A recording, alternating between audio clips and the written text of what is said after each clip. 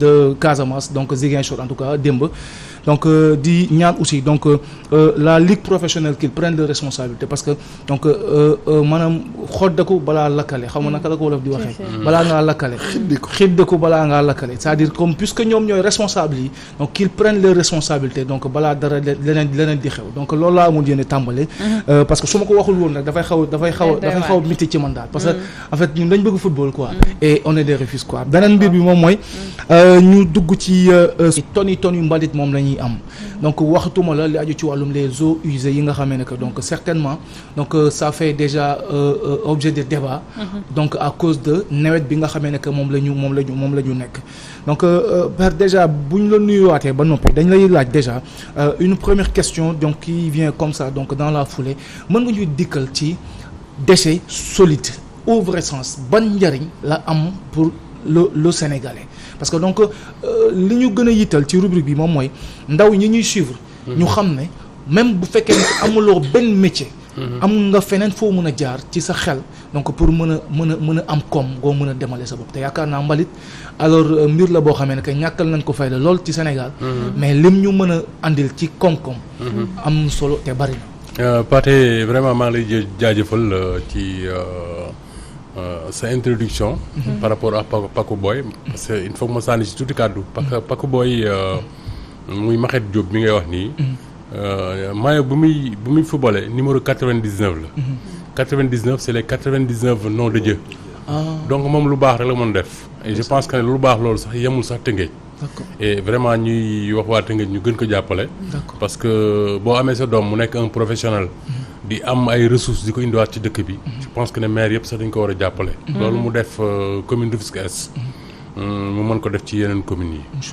donc je pense que ne tamit c'est bien à signaler ne le maire de la commune de Rufisque Est moo ko facilité jox ko permission pour mu mën ko def foofu parce que booy liggéey man il faut nga am autorisation bu mu soxlaa autorisation dafa ñëw foofu le maire Elimane Sakho Sembène autorisé ko pour mu def ko foofu donc c'est important bu ñëwee ci wàllu déchets yi xam nga la problématique des déchets ci perception la parce que Sénégal dina continuer di salté tant que nit ñi dañuy jàpp ne déchet da nga ko war a jël rek sànni dëkk yu set yëpp déchet ressource la parce que boo leen déggee déchet mooy desit ci olof mooy desit d'accord déchet mooy desit maanaam menuisier bi nga xam ne dafay dagg boo am loolu di wadd desit boobu day nekk déchet yow tamit bu fekkee da nga togg sa añ ba pare loolu yi des moom lañu jàpp comme déchet mais léegi mbir mi dafa changé dëkk yi set yëpp maa ngi koy wax dañuy jël déchet boobu def ko comme ressource parce que comme boo ko defee comme ressource je pense que ne dina mën a am li ñuy wax les métiers verts parce que déchet bi nga xam ne dafay tooy maanaam déchet bi nga xam ne rapidement mën na nëb dañ ciy def engrais vert te engrais boobu sax moo ëpp solo engrais chimique bi parce que engrais chimique dafay rey suuf maanaam sa tool tey mën nga ci def engrais chimique am ci récolte bi nga soxla mais quelque temps après dafay rey suuf soosu. day gàttal fan. waaw day gàttal fan suuf soosu mais bu dee engrais waaw bu dee compost bi li ñuy wax compost li nga xam ne ci déchet solide nga koy jëlee maanaam déchet bi nga xam ne mooy nëb nga def ci compost def ci engrais boo ko defee ci suuf si dafay dund suuf soosu non seulement dafay dund suuf soosu mais day am benn phénomène boo xam ne mooy juddu ni mu koy dundale mooy même boo fa arrosé ndox compost bi suuf si dafay téye ndox mi di ko jox plante bi saa yu ko soxlaa da koy dundal et je pense que loolu c'est important boo ñëwee ci yenn wàllu déchets yi mooy déchet boo gis boo defee étude de caractérisation boo këppee sa mbalit boo bàyyee sa mbalit semaine mu fees sa poubelle nga këpp ko da nga gis 13 catégories de déchets 13 catégories de déchets yooyu 8 yi mën nañ ko valoriser te qui parle de valorisation parle de ressources loo xam ne mën nga ci am mën nga ci am économie je pense que c'est important mais dafa am lu jiitu loolu mooy li ñuy wax éco-consommation ak éco-conception parce que bu njëkk ba dañ daan sulli ci suuf si li ñuy wax ressource liggéey ci ay matières buñ ci liggéey ay matières pare dañ koy consommer ba pare sànni ko mais loolu dafa dañ léegi actuellement léegi environnementaliste sax écologiste yi dañuy wax ne li ngay sulli ci suuf mu nekk ressource boo ko transformé consommé ko et kon nga koy sànni muy nekk mbalit da nga koy réutiliser waat loolu moo indi la philosophie des 3 R. table ji tey bi ma ñëwee table ji laa jëkk observé. gisu fii doo fi gis mbalit. table ji li ci nekk yëpp mënul nekk mbalit après. même case bi lii bu tojee. tubaab bu fekkee ne da koy liggéey dafay intégrer l'éco-conception ci kaw liggéey bi lay liggéey loo xam ne bu tojee loolu tëj dañ koy réutiliser waat yii yëpp actuellement. moom ndax mën naa ko téye lii yëpp. tubaab bi mu ko liggéey ba pare. lii du yàqu même bu tojee lii mën nañ ko utiliser waat couvert bi mën nañ ko utiliser waat parce que plastique la. li nekk ci biir te nañ koy utiliser donc moom def na éco-conception. tabax sax léegi bu ñu koy def booy tabax léegi. boo demee en France wala dans les pays européens. éco-conception ngay wax maanaam tabax bi da nga ciy intégrer matériaux yoo xamee ne. boo demee ba tabax bi nga koy toj. la nga say jëlee yëpp da nga koy réutiliser waat. loolu mooy économie circulaire. et je pense que c'est important. table ji ci nekk yëpp. je pense que doo fi gis loo xam ne day nekk mbalit. et loolu vraiment mooy éco-conception. te foofu lañ toll te je pense que Sénégal foofu la jëm. parce que am na ay projets yoo xam ne état bi mu ngi koy teg muy Promojet économie circulaire des déchets les promouvoir. et ñun nag boo ñëwee Rufisque nag à l'échelle d'un quartier ñu ngi commencé di ko def foofu. donc ça veut dire que déchet. amul gis nga boo defee étude de caractérisation ba ma lay wax noonu. da ngay gis 53% de nos déchets suuf la. gis ngeen jigéen ñi bu ñuy dem di këppi mbalit. saako bi ni ñu koy diree dafay diis. mais genn wàll googu yëpp suuf la. genn wàll googu yëpp suuf la. donc am na nu ñu koy saytoo ci biir kër yi suuf soosu day des ci biir kër gi. mais aussi si 12 catégories yi des 8 yi mën nañ ko valoriser am na yoo xam ne tamit valorisation boobu yëg seegu fii la ñuy wax la valorisation énergétique. parce que boo demee dans les pays européens te ñu ngi koy commencer def sax en Afrique mbalit dañ ciy def courant. léegi moom la ñuy wax valorisation énergétique dañ ciy def courant. te je pense que li ngay def courant li nga xam ne ressource la doo ko tuuri. et bu boobaa tamit dina jur ay métiers yu bari. te léegi sax boo xoolee léegi xale yi léegi nangu nañu liggéey ci mbalit mi. gis ngeen loolu c'est un constat boo xamee ne vraiment il faut le dire c'est-à-dire dañu dem ba dañu décomplexé alors liggéeyu travail les travailleurs de surface parce que boo yaat cela quelques années ci ginnaaw xam nga xale yi boo leen waxoon maanaam alors ñu ngi recruter ci ay yenn entreprises yi mais dañ lay wax non man du ma liggéey loolu te pourtant tu vois ces gens yoo xamee ne que dañuy dem ba am baccalauréat mën a def leneen mais dañ koy fay bàyyi dem defi ji ci yooyu et puis def ay session de formation yoo xam ne dañuy xam man bi may def formation ci affaire déchets yi. bi may def formation vers les années 92 93. je pense que ne boobu moom yow sax est-ce que ay xale ngeen. gis nga ñun fi ñu daan defee formation bi xale yu jigéen ñi daan nekk lycée bu ñu rombee. man ñi ma daan defee formation ñu bari dañuy daw làqatu ji. ndeysaan parce que dañu daan jël ay charrette jël mbalit di caractériser di xool mbalit mu nekk di ko jàng. parce que xam nga affaire mbalit. filière la. ci am njàng boo demee ci université yu mag yi moom la ñuy wax rhydrologie dañ koy jàng. nga am ci ay diplôme ñun bu ñuy def pratique bi xale jigéen ñi mu saan wàcc. gars yu bari yu ma daan defandoo formation dañuy daw làqatu. ba ñu ñëwaat mais man géré moon lool parce que am lu ma doon jàng am lu ma doon jàng te je pense que ne yàlla may na ma ci. waaye d'accord léegi mën nañ ñëw déjà si économiquement parlant c'est-à-dire man ma nekk ndaw. ma am yéene dugg ci business wu li ñuy wax ordure. léegi je pense loolu mooy terme bi nit ñi di gën di wax. muy de l'ordure. naka laay mën a def pour mën a dugg ci business boobu et puis su ma ciy dugg ci fan laa war a jaar par exemple. parce que xam nga ordure dañ koy wax c'est une théorie. mais li ngay wax noonu mooy pratique bi. fexe ba noo ci dugg ba am ci ay ressources. dëkk bi set nga am ci ay ressources. et foofu la ñu war a jëm nii actuellement ñu bàyyi théorie bi parce que. théorie bi dafa xaw a bari. même zéro déchet bi ngay dégg yooyu théorie bi moom moo gën a bari. et je pense que loolu ngay wax mooy dugg ci pratique bi actuellement. léegi xale yi moom laa doon xale yi ñu ngi ciy dugg actuellement. et boo demee ci quartier yi léegi da nga gis xale yoo xam ne sax dañu am seen charrette bopp. def ay abonnement 3000. 3000 abonnement par mois pour 100 maisons c'est combien. charretier yooyu ñoom faa la ñu sax ki nga xam ne dafay fay beaucoup d'argent. xaalis la jënd mais ñenn ñi tamit comme cas pratique actuellement le plastique. parce que plastique dafa bari ay façon plastique bi nga xam ne mooy plastique bu dëgër bi. booy léegi dañ koy récupérer. bu ñu ko récupérer léegi dañuy dem jaay ko. bu ñu ko jaayee dañ ci am ressource. canette bi ngay gis nii kilo bi 350 lay jar. d'accord et boo ñëwee ñun quartier bi nga xam ne moom lañ koy expérimenter. nit ñi ñu commencé gis parce que foofu dañ fa développé li ñuy wax tech maanaam da ngay ñëw natt. mooy tontine de l'économie circulaire des déchets. et nit ñaa ngi ciy liggéey actuellement ni fexe ba à l'échelle d'un quartier bi nekk Thiawlène ñu am fa presque ay abonnement yoo xamee ne dañ leen jox ay poubelles léegi ñoom ñu def tri bi si biir kër yi. bu ñu defee tri bi pare dañuy indil armignon boobu dañuy indi plastique boobu am usine bu ko jël usine boobu bu ko jëlee. da koy jënd mais du ñu jox xaalis. da koy defaat ay paan. ay siwoye mu delluwaat ci ki ko génne woon ci biir këram. donc tu vois de l'économie. exact yow boo naroon jëndi paan. la nga jëndi paan bi mooy paan ba toj ba nga xam ne moom nga cotiser chaise bu toj ba nga xam ne moom nga cotiser donc ça c'est de l'économie te loolu ay xale yu dëkk foofu la ñu formé donc ñu ngi ciy liggéey.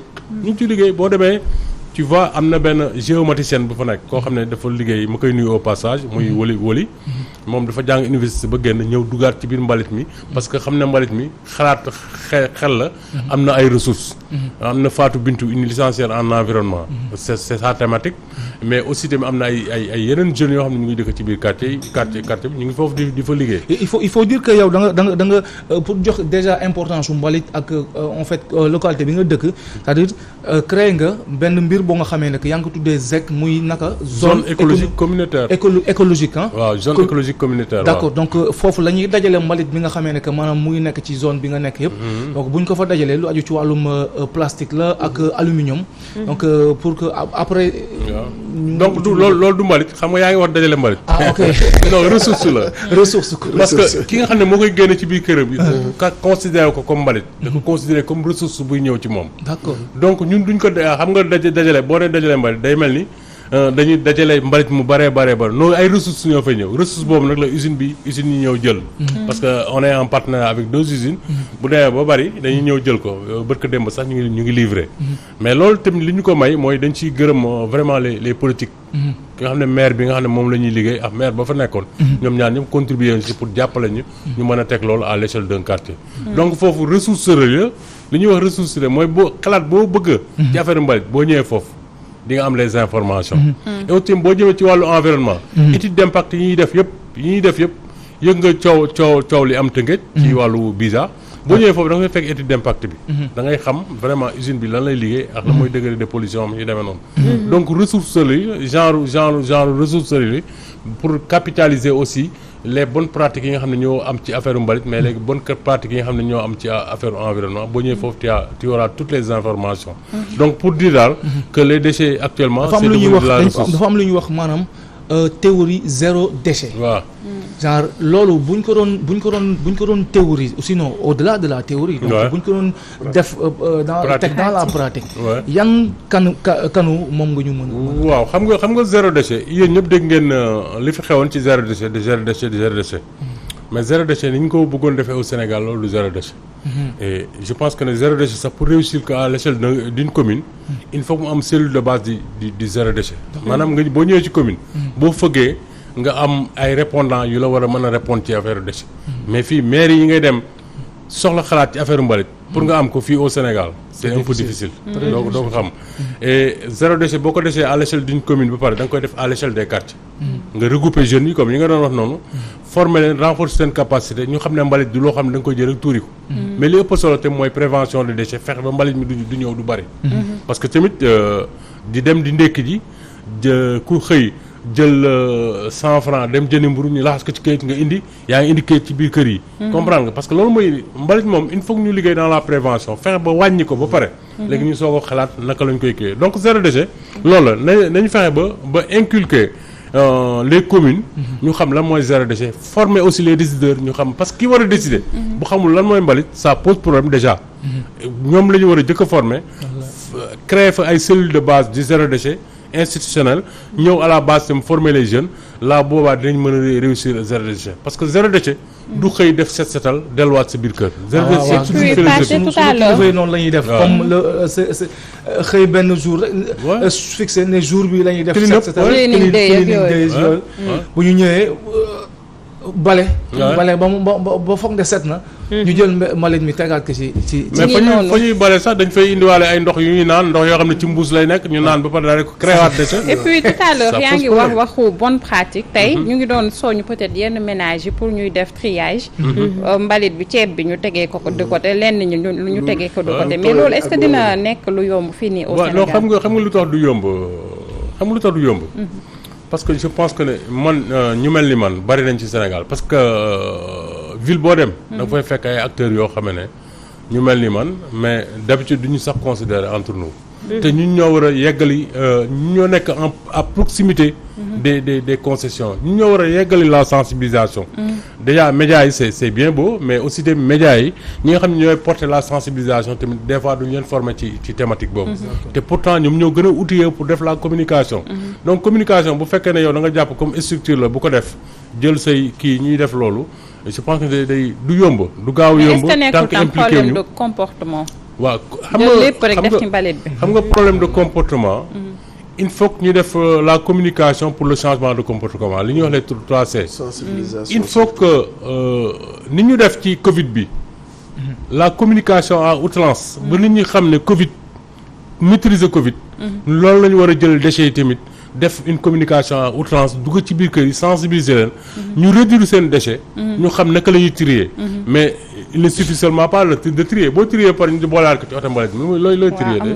déjà il faut que ñu valoriser donc à l'échelle des quartiers à l'échelle des quartiers il faut que ñu créer li ñuy wax ay zones écologiques communautaires ay déchetteries la yoo xam ne vraiment dañ fay promouvoir non seulement la valorisation nga xam ne yow mii sa mbalit jigéen di nga xam ne lii kat dina ma amal njariñ dina amal njariñ dëkk bi mais bu fekkee da ngay trier sa biir kër pare lépp nga dajalaat ko ci oto mbalit yi dootoo trier looy trier mais lu ñu mën a wax ci comme oto mbalit yi par exemple bu ñu yóbboo ci Mbëbës ak yeneen ci ay endroit yoo xam ne bu ñu fa demee dañuy taal mbalit bi gis nañu ko ci wetu géej géej ak yenn dañ fay dajale mbalit mu bari pare taal ko daanaka loolu dina jur pollution déjà ci askan bi waaw dina rey suuf si nga xam ne foofee la ñuy taal mbalit boobu mais loolu ban jàngat lañ ci mën a def aussi yan solution lañ ci mën a jël waaw je pense que loolu xam nga mbalit moom boo demee ba def ko ressource rek pour recycler loolu moom la ñuy wax recyclage xam nga dafa am lu ñuy wax la philosophie des 3 R maanaam recyclage réutilisation réemploi yooyu parce que butéelu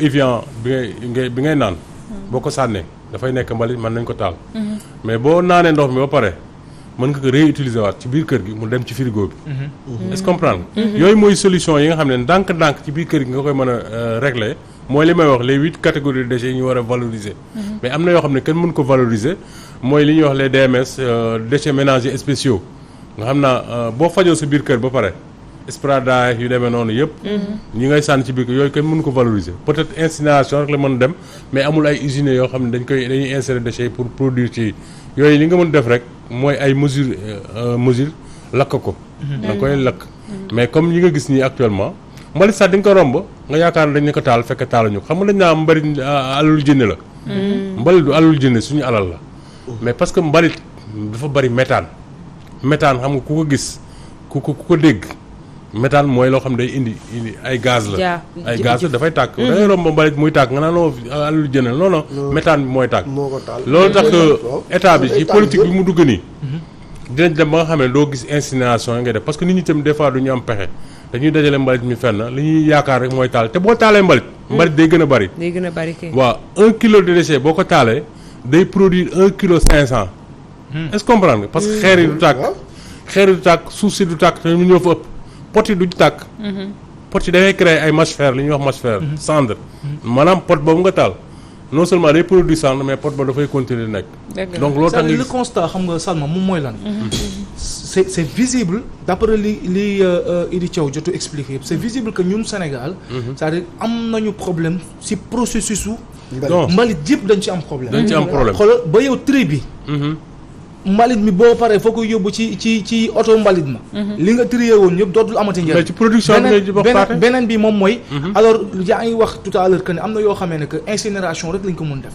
mais xoolal ñun fi ñuy dépôt c'est-à-dire musuñu gis sinon c'est rare su dee am na fi peut-être nga wax ñu usine boo xamee ne que état da koo créé spécialement pour lu aju ci wàllum recyclage wala lu aju ci wàllu incinération yi nga wax nii mu bañ a am benn effet secondaire ci environnement bi mais boo xoolee fi ñuy jëm muy Mbëbës fii Italie mbalit yëpp di kii boo fa demee da ngay gis chaque instant 24 heures sur 24 day am saxaar c'est-à-dire on est en train d'agresser l'environnement beneen affaire moom mooy même beneen déchet boo xamee ne que ça pose problème muy yi nga xam ne mooy jógee ci hôpitaux yi non ça pose un énorme problème je pense que mosoon na am ci yoo xamee ne que sànni woon nañ ko géej xam nga ci ban kii ba mu juróon fi coow loo xamee ne que lu ci corniche bi waaw ci corniche bi xam nga donc pour dire que c'est un problème qui est là boo xamee ne que l'État doit prendre véritablement donc de ces mesures idoines pour que yooyu mu ñu xool maanaam en tout cas d'une manière technique lu ñu mën a def ba gérer donc moi je pense am naa ci espoir parce que état bi élaboré na benn document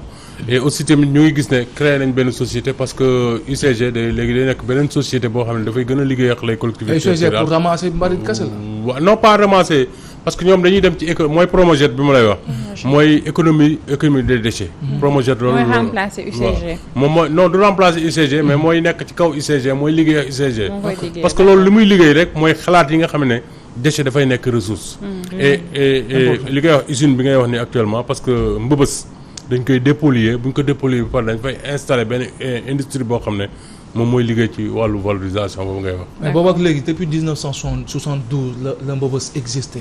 et boobu ba léegi ñu ngi fay continuer di këpp mbalit. te amul politique bu nga xamee ne que maanaam boobu ak léegi on en parle c'est-à-dire lii nekkul du ay. projet yu bees quoi les financements sont déjà acquis gars yi ngi commencé liggéey.